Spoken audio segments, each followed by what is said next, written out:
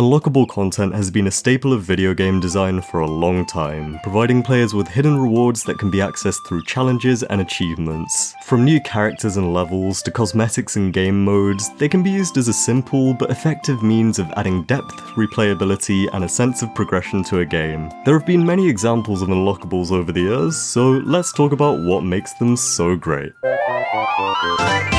How's it going everyone, and welcome back to the Loading Zone, where today we're going to be talking about unlockable content in video games. Now, when you break unlockables down to their simplest possible components, there's really two main parts. You've got the method by which the content is unlocked, or in other words, the unlock criteria, and you've got the reward for meeting those criteria. In terms of the unlock methods, sometimes these are outlined specifically. The game will tell you exactly what you need to do to unlock each character, each mode, each level, etc., while other times it's left more ambiguous. You aren't directly told what to do, but when a game does this, the player will typically unlock the content naturally, just by playing the game. Regardless of which way the unlock criteria are met, they provide a sense of growth and progress as the player unlocks more and more. Usually this will require some type of time investment or dedication from the player, which helps all the content to feel earned and special. That brings me on to the reward. This is what you actually get, so it can be a character, a stage, a level, a mode, some type of cosmetic, an in-game achievement, things of that nature. For this to be satisfying, the end has to justify the means, right? The reward that you get has to be worth the effort that you put in to meet the criteria. If this is done well, it provides motivation for the player to continue playing and unlocking more content. One of the most popular franchises to implement unlockable content is the Super Smash Bros. Series. Now, a lot of people's minds will go to Smash Bros. Melee or Smash Bros. Brawl, maybe even Ultimate when it comes to this topic, but unlockables have actually been there since the very beginning of the series. In Super Smash Bros. 64, you had a starting roster of 8 with 4 unlockable characters. You had Luigi, Jigglypuff, Captain Falcon, and Ness. Granted, when you compare this to the roster of, say, Smash Bros. Ultimate, it doesn't seem like a lot, but back when it first released, this was very cool. The unlock requirements for these characters are pretty simple. For example, to unlock Jigglypuff, you have to just beat Classic Mode once, but my favourite part of the process of unlocking characters is what happens when you actually meet these requirements. You get a silhouette of the character you're about to unlock with text that says Challenger approaching, and it just creates this sense of mystery and intrigue as to who it is you're about to add to your roster. And then you have to fight and win against the character to be able to play as them, so the game really makes you work for these rewards, which makes them feel all the more satisfying to unlock. In my opinion, new playable characters in games, especially fighting games, are some of the best rewards that can be offered because of how much they really add to the game. When you think about it, every single character will have a very different playstyle, a completely different set of moves, and thus unlocking these characters provides a player with a completely different way to play the game. This trend continued in Super Smash Bros. Melee, but they took it to the next level here. While Smash Bros. 64 had 12 characters, Super Smash Bros. Melee has a roster of over double that size, with an incredible 25 characters. Naturally, this also means that there are a lot more unlockables as well, so this means that they had to get more creative with the unlocking criteria. Similar to the first game, these criteria aren't really outlined for the player, and they just have to sort of figure them out for themselves, but I remember when I played this game as a kid, I always found it so fun to discover what would trigger a character to appear. Of course, you do have some more basic ones. Just like in the first game, clearing Classic Mode unlocks you Jigglypuff, and there's also some rewards for clearing Classic with specific characters. For example, doing Classic with Mario will unlock you Dr. Mario. But then there's the more out there ones. Unlocking Falco is a core memory that I have, because you had to clear the 100-man melee to do that, and I always struggled a lot with that when I was younger.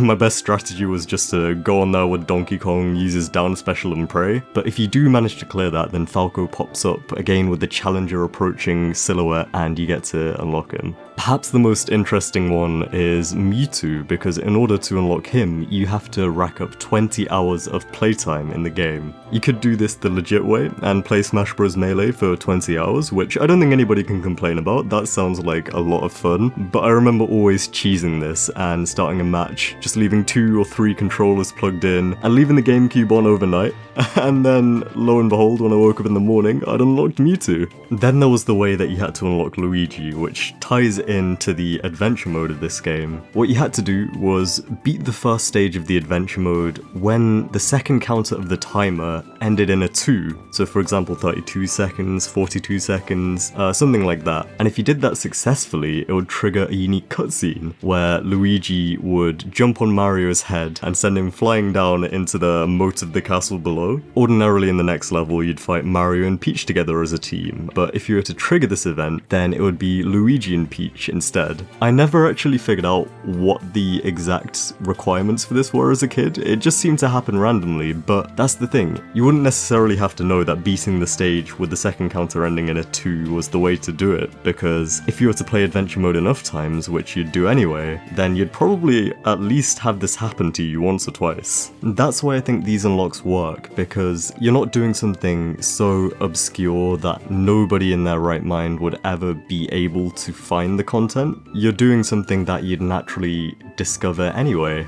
And finally, you can unlock Mr. Game & Watch by beating Classic Mode or Adventure Mode with all of the characters, and once you have him unlocked, and thus the whole roster unlocked, you also unlock All-Star Mode, where you have to take on all of the characters one after the other. It's a very fun reward and almost feels like a milestone, an accomplishment for the player, a little treat for unlocking all of the characters available in this game. Then there was Smash Bros. Brawl, which took a very similar approach to Melee with its unlockables, with sort of similar criteria for getting all of the characters, but a lot of them also had alternative methods by which you can unlock them. This mainly came in the form of the Subspace Emissary, which was the game's story mode, and in that mode you'd encounter these characters in cutscenes throughout the story and then you'd be able to play as them. And this works really well because, of course, if you've been playing as a character already in the story mode, it makes sense that you'd be able to unlock them in the versus matches afterwards. However, the most recent and naturally most content heavy installment in the series is Super Smash Bros. Ultimate, which also happens to have the biggest roster and the most unlockable characters in the series. The way it works in Ultimate is that you start with only the very original 8 characters from the first Smash game, and you have to unlock everybody else, so it's really cool to be able to start from the ground up, where the series began, the roots. It's also a nice way of making sure the game isn't too overwhelming for new players, because if a newcomer was presented with a roster of over 80 or so characters, I'm not sure on the exact figure in this game, then they really wouldn't know where to start,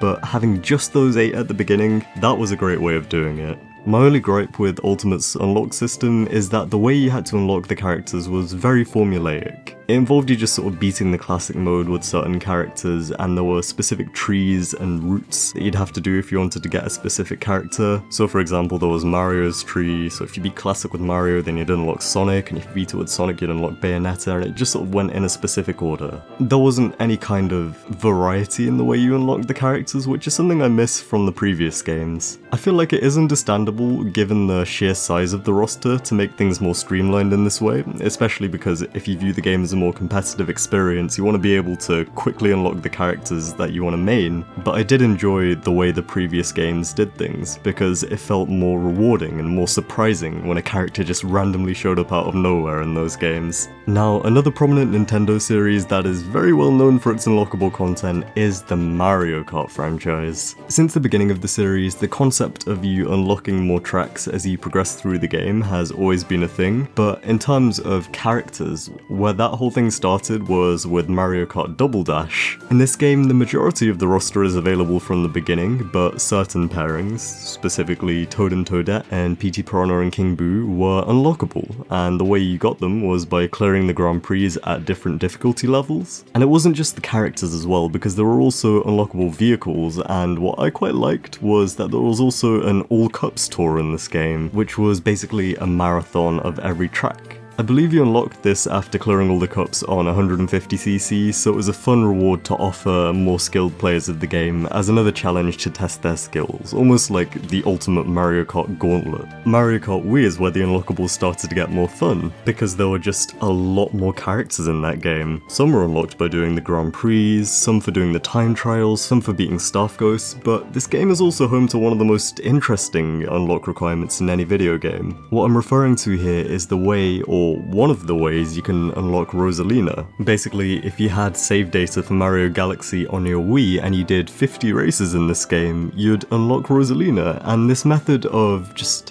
using another game's save data to unlock stuff in a different game isn't something we see very often, so, you know, I liked that they got a bit creative here, and it was a little bit of a clever cross-promotion by Nintendo there. Unlockable content isn't nearly as prevalent as it used to be in the Mario Kart series. I mean, in 8 Deluxe, all of the characters are there just right from the beginning, I suppose, apart from Gold Mario and the alternate Link costumes, but the rest of the unlockables are all just vehicle parts, which, I don't know, they just don't feel as satisfying to collect as characters, because they're just not as big of a reward. I wouldn't say it doesn't feel worth the effort, since the way you unlock these things is just by playing the game as you would normally, but unlocking a set of wheels just doesn't feel as rewarding as unlocking Funky Kong, for example. Dialing things back a few entries though, I do want to just briefly touch upon Mario Kart Super Circuit for the Game Boy Advance. This game didn't have any unlockable characters, but there was one thing that I always found to be awesome in that game, which was that you could unlock every single SNES track to race on. This effectively doubled the amount of content that was in the game, because of course you had all of the Nitro tracks from Super Circuit, but then you had an equal number of tracks from the original. Obviously nowadays we have Mario Kart games that have a ton of retro tracks, but for this game back then in, I believe it was 2001, to have all of these tracks, that felt like a staggering amount of content, and it felt like you were getting a lot more game for your money. If you're tired of racing on all of the tracks that Super Circuit introduced, it meant you could go back to the SNES tracks for a more varied experience, thus giving the player more to do. If we're staying on the subject of racing games, another one I'd like to talk about is F-Zero X, which is actually the game that inspired me to make this podcast episode in the first place. In that game, you start with 6 characters to pick from, but there are 24 unlockables, which I always thought was a pretty insane number for an N64 game, especially compared to Mario Kart 64, which had 8 characters total and no unlockables, but this means that there's a roster of 30. The way it works is that the vehicles are divided into rows of 6, and clearing all the cups at each difficulty level unlocks the next row of characters. All of their machines have different stats and play very differently, so it's a lot of fun to try them all out, but what I like the most about how F-Zero X approaches its unlockables is the way they're paced. It's not too sporadic or sudden, and it feels more gradual or consistent. Because the game feeds the characters to you one row at a time, you always know that you're going to get 6 new machines to play with, which is a good number to get access to. It gives you a chance to try them all out and see which ones you like best before you unlock the next row. Now, in order to unlock the final row of characters, you need to clear all the cups on expert mode, which is a real challenge that will take you a lot of attempts, but it's worth it in the end. It's one example that sticks out in my mind of a very difficult unlock criteria, and it means that the player has to put a lot of effort in to master the mechanics of the game before they're rewarded with more ways to experiment with them. Now, the sequel to F-Zero X, F-Zero GX on the GameCube, takes this idea of a challenging unlock and cranks it up to 11. In this game, there are 41 characters, which includes all the ones from F-Zero X, alongside some extras from the F-Zero AX arcade game. The ones from X are all relatively simple to obtain. By clearing the Grand Prix mode in this game, you get given tickets, and these tickets can be spent in the in-game shop to buy these vehicles. It's a different approach, but I do like it, as it allows you to pick and choose which vehicles you want to unlock based on their stats and how those align with your playstyle. Now, for the AX races, it's a different story entirely. To unlock these guys, the requirement is that you need to beat each story mode chapter on very hard difficulty, and that in itself is an unlockable, because to begin with you only have access to normal and hard difficulty, and clearing a chapter on hard difficulty unlocks very hard difficulty. But I always thought these names were inaccurate, because hard feels more like very hard, and very hard, man, it is absolutely insane. As a kid, I really struggled with these, and to tell the truth, I still struggle with them now. Each chapter requires a different skill set, and it will take you hours to master them. Clearing all of them feels like a near impossible challenge, but that makes it all the more rewarding when you finally do, and gradually unlock all of those races from the arcade game. Now, from the shop in F-Zero GX, it wasn't just the characters you could buy, because there were also custom machine parts you could get too. These could be used in the vehicle creator, where you could build your own machine from scratch. There were a lot of different parts to choose from, and thus a lot of possible combinations for what you could create. It was really customizable too, because you could change the colours of each part, pick your character, decorate it with emblems. It was awesome, and you could create machines that were even better than the pre-made ones. On the surface, a custom machine part might not seem like as big of a reward as a whole character, but it really provides a massive scope of new playstyles beyond what the game initially provides you with. There is another racing game that I'd like to briefly touch upon here, because I have no idea where else I'd talk about this other than in this video, but in Diddy Kong Racing there were 2 unlockable characters, which doesn't sound like a lot, but they had some really interesting methods by which you unlocked them. You had Drumstick, the chicken, who you see in the intro cutscene, and in the lore of Diddy Kong Racing he was supposed to be the best racer, but he got transformed into a frog by Wizpig. If you get to a certain point in the adventure mode, which is the story of this game, you'll see that there's a frog hopping around the beach who has like a chicken's comb sticking out of his head, and when you run over this frog, Drumstick pops out, there's a little cutscene where he flies into the screen, and you unlock him as a playable character. That is just the most random thing of all time, but I love it. Not only is it just the funniest thing ever, but it also ties into the game's lore, which I think was super cool. The second unlockable character is TT, who is the sentient clock. You see him walking around the overworld, and he also represents the staff ghosts for each track. In order to unlock him as a playable character, you have to beat all of his times on every single track.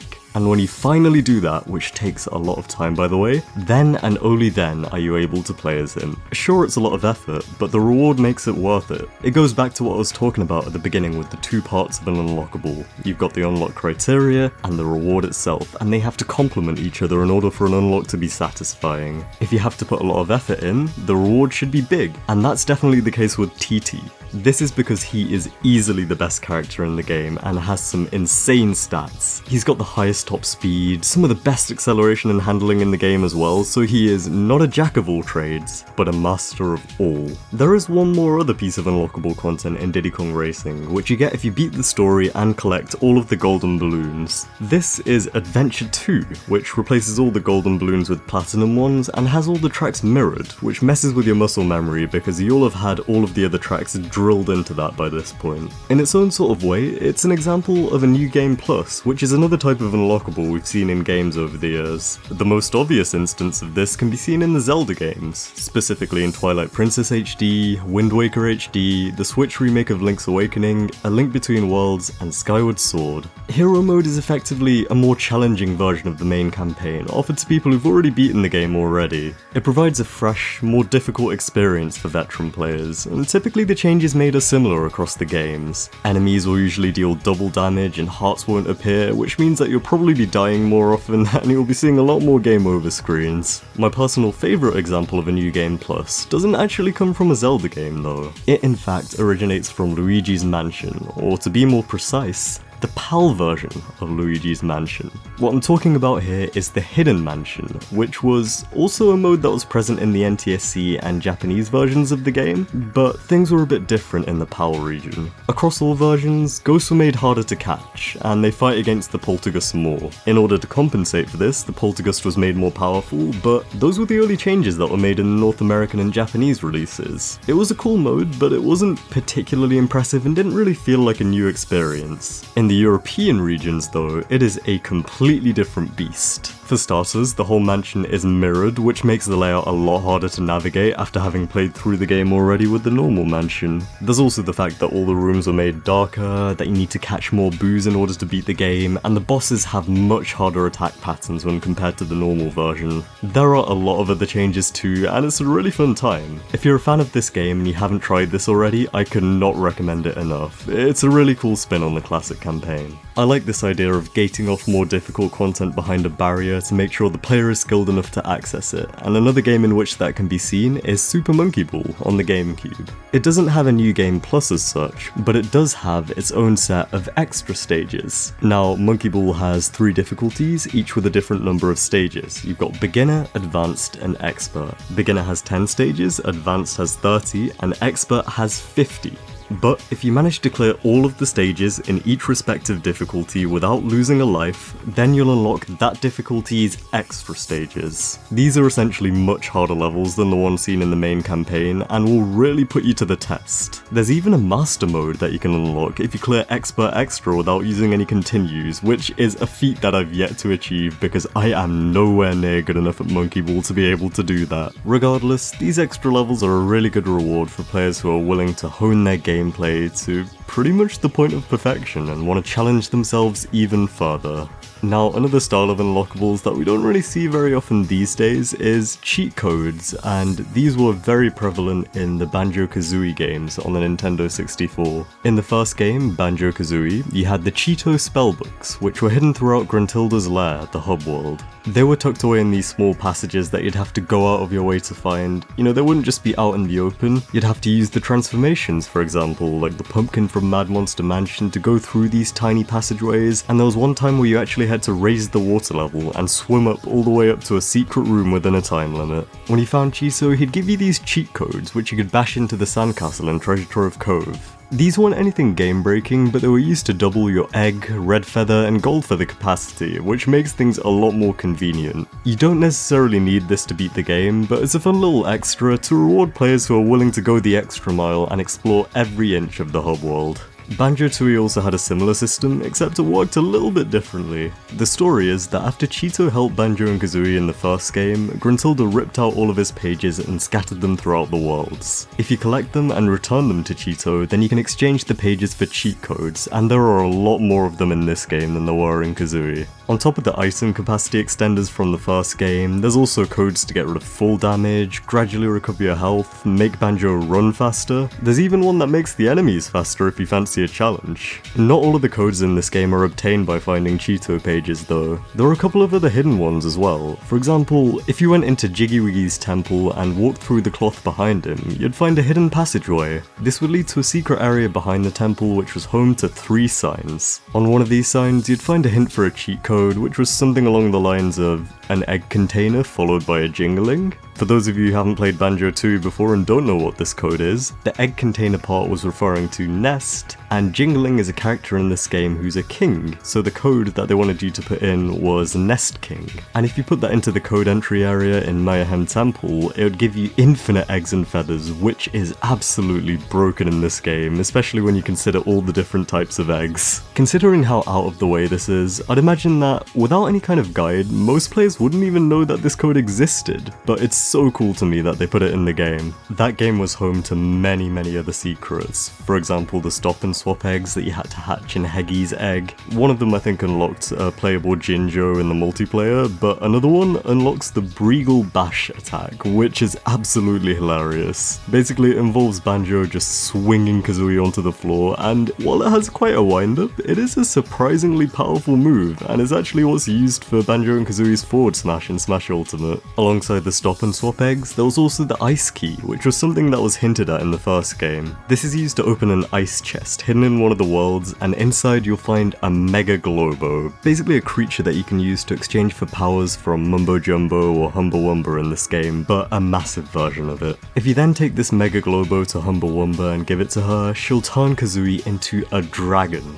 Dragon Kazooie is able to breathe fire at will, and I always thought this was such an awesome reward. All of these secrets and Easter eggs show that a lot of care was put into Banjo-Tooie, and it's one of the reasons why it's quite possibly my favourite game of all time. It also shows that unlockables can be fun without being massive, right? It doesn't need to be like a whole character or a whole mode, and there's quite a few examples of these smaller unlockables that don't serve much of a purpose beyond just being fun. For example, cosmetics, like in Super Monkey Ball Banana Mania. In that game, you could buy different skins and outfits for your monkey from the shop, which could be purchased using the in-game currency. They don't affect the gameplay in any way, it's just add a little bit of customization and a little bit of fun. Mario Party Superstars also had an in-game shop where you could buy backgrounds for your little ID card and stickers that could be used in multiplayer games to annoy your friends. Something else I thought was neat was that in Star Fox Assault, which was made by Namco, if you got enough silver medals in the main campaign, then you'd unlock a fully playable version of the arcade game Xevious, which was also made by Namco. It's a fun little nod to the history of the studio, and it was just something that was a nice bonus. I think that's about all we've got time for today on the Loading Zone podcast, so thank you guys very much for listening. I really hope you've enjoyed. Be sure to let me know what some of your favourite examples of unlockable content in video games are. I'd love to hear what you guys think, and I will hopefully see you guys next time. Bye bye for now.